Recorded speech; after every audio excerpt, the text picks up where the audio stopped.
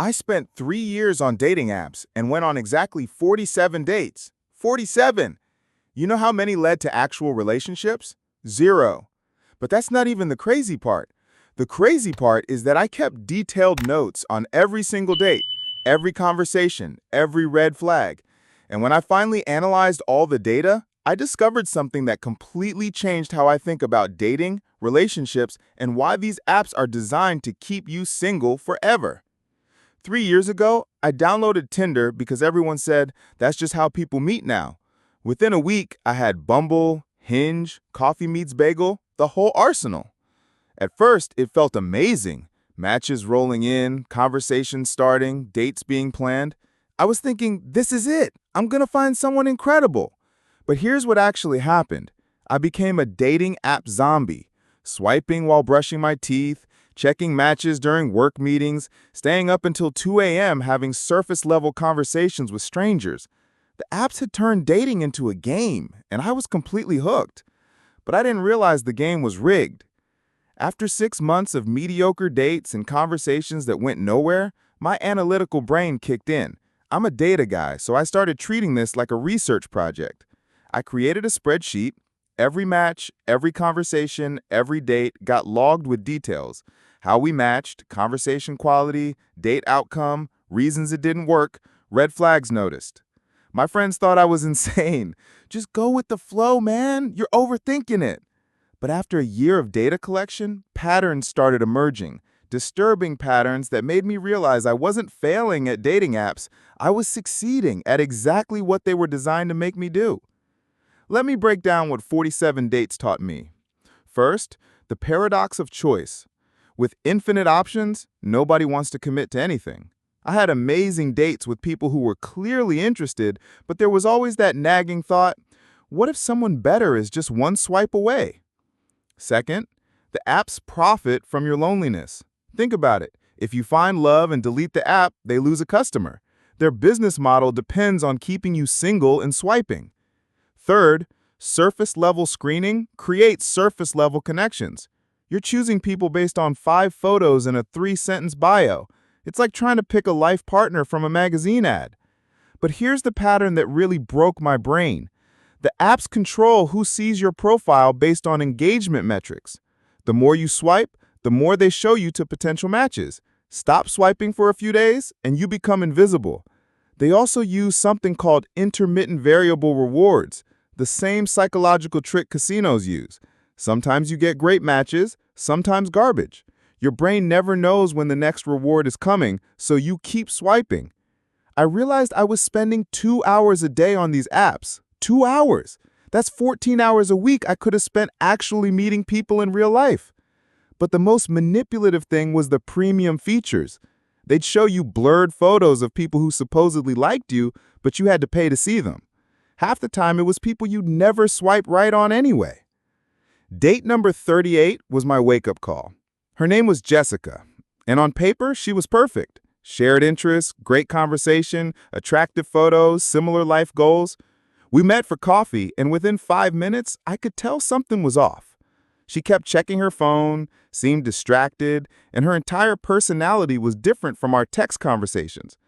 Then she said something that shattered my illusion. Sorry, I'm kind of burned out on dating right now. I've been on like 60 dates this year. 60 dates! This woman was treating dating like a part-time job. And suddenly I realized, so was I. We were both so addicted to the validation and novelty that we'd forgotten what we were actually looking for, a genuine connection with another human being.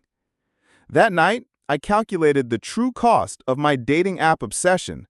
Not just the subscription fees, but everything. Time. 2 hours a day for 3 years equals over 2,000 hours. That's like working a part-time job. Money. Apps, dates, dinners, drinks, activities. I'd spent over $4,000. Mental health, constant rejection, superficial validation cycles, comparison to everyone else's highlight reels. But the biggest cost was opportunity. While I was obsessing over matches and swipes, I was completely ignoring the real world around me. I had coworkers I barely knew, hobbies I'd abandoned, social circles I'd neglected, all because I was convinced the one was hiding behind a screen. Here's what really changed everything. I realized dating apps had trained me to view people as commodities. Swipe left, swipe right, next, next, next.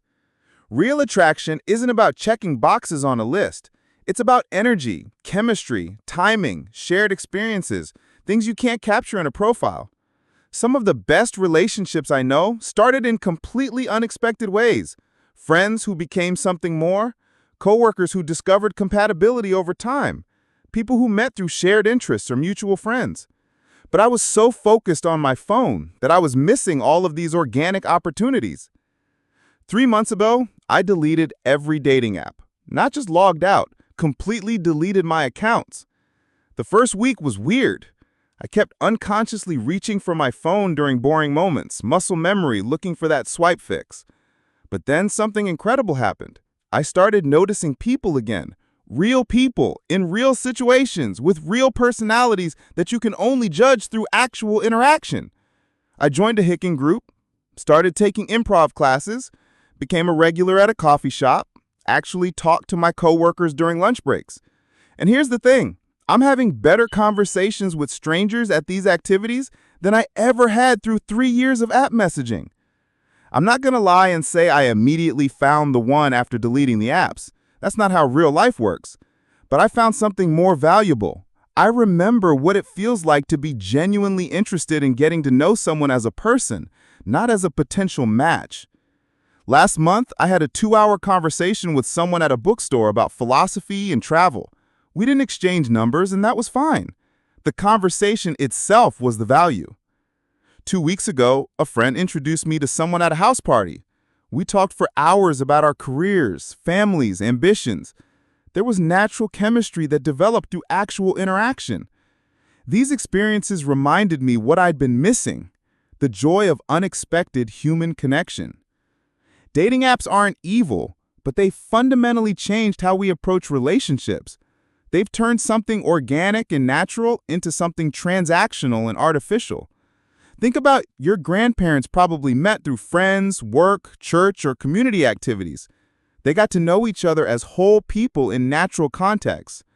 We've replaced that with split-second judgments based on curated photos and algorithmic compatibility scores. The apps promise efficiency, but they're actually incredibly inefficient. How many hours did I waste on conversations that went nowhere? How many potentially great people did I dismiss based on one bad photo?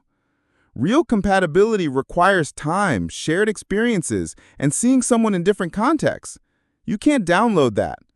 Here's what I gained by deleting dating apps. My time back. 2 hours a day to invest in hobbies, friendships, and personal growth. Better self-esteem. No more validation seeking through matches and likes. Authentic connections. When you meet someone in person first, the interaction feels real. Patience with the process. I stopped treating dating like a numbers game and started seeing it as part of a bigger life journey. Most importantly, I stopped looking for someone to complete me and started focusing on becoming someone worth knowing. I'm not saying dating apps don't work for anyone. Some people genuinely find love through them. But for me, they became a distraction from actually living my life. The best relationships happen when you're focused on being your authentic self and engaging with the world around you.